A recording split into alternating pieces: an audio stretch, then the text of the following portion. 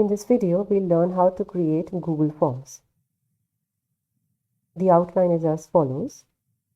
We'll create a Google form and add questions to it. We'll customize it and then preview it. We'll explore about the settings of a Google form.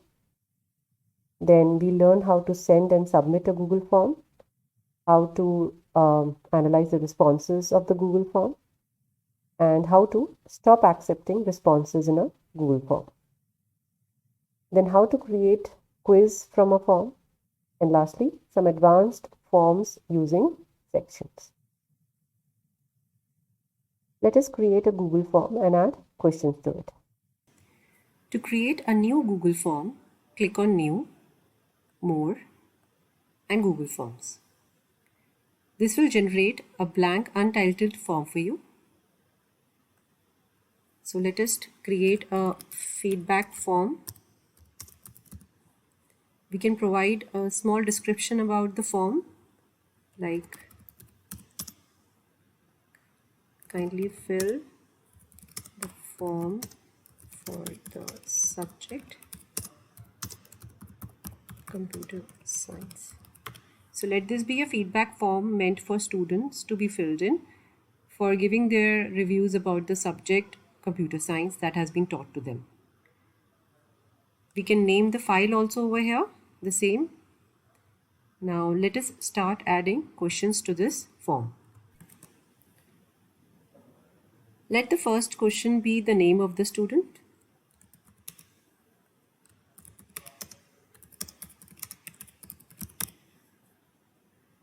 And over here you can see a drop down. Now these are the various options available. We have to select one of them based on the type of question asked as well as the type of answer expected.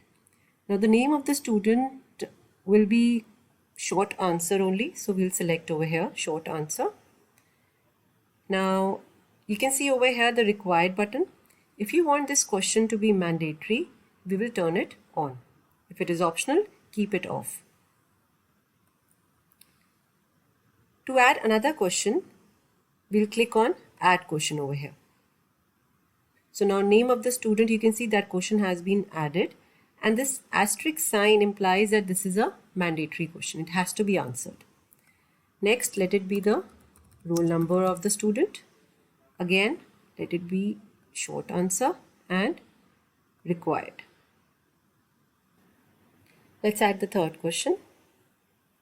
Say the date of birth of the student. For answers in the form of date, we have the date option over here. So we can select it. You must have noticed that when I type the question over here, automatically it selects the best match. Like I wrote date over here, so automatically date came over here. Similarly, when I wrote name over here, so automatically short answer came over here. So there is this feature in forms that it kind of finds the best match with the text that you have written over here. And in any case, you can go ahead and change it if required. Let this be an optional question, so keep required off. Next question, say the course. This has to be a multiple choice question because only one of the options will be selected by the student. Here I can add the options. Say BA Honors, then BA Program, BSc Honors, BSc Program, and so on. We can add more also.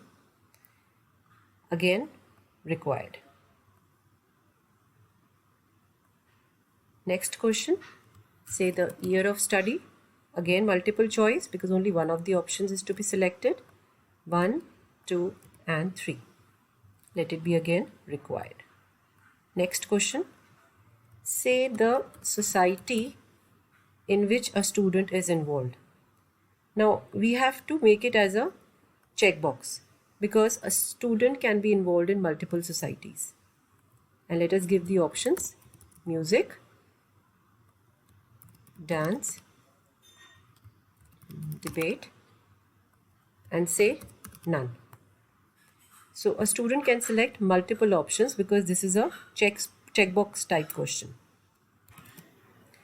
Let it be a required question. Next question be the actual feedback. Give feedback for the subject taught. That is computer science. Now it can be a long answer, so we'll select paragraph type and make it required. Sometimes we can ask feedback in the form of scale also, like we ask people to rate. So that kind of question can also be added in Google Forms. Let us see how we can do that. So let the question be rate the overall experience of studying the subject. If you want that a certain level of rating is to be provided, just select linear scale option from here. So you can see here 1 to 5. These are the scales.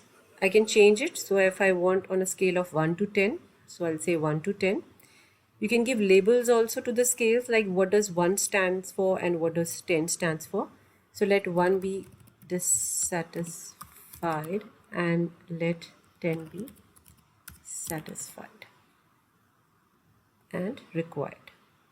So this will show you a kind of a scale in which a student can select any one of the possible values. Like this. Dissatisfied to satisfied. So these are the labels and this is the scale. An alternative to multiple choice question is drop down, because in drop down also only one of the options can be selected. Let the question be whether laptop has been issued to the student or not. Again, automatic suggestions are there. So let me add it from here. Yes, no, and make it required. So you will see later on in the preview of the form that these options will be shown in drop down. Let us add one more question.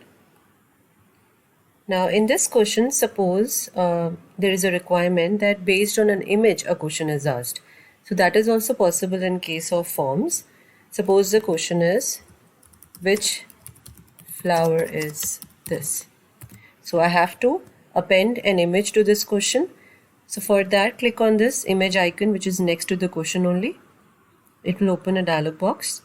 So you can either upload it from your system by browsing it, or you can upload it via camera or photos or Google Drive, or there is an option Google image search.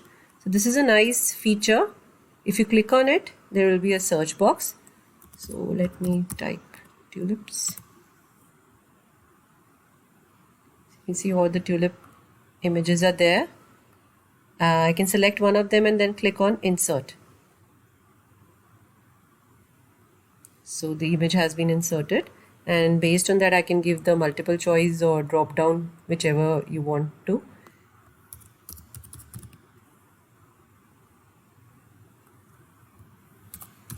And so on. So this is how a form can be created.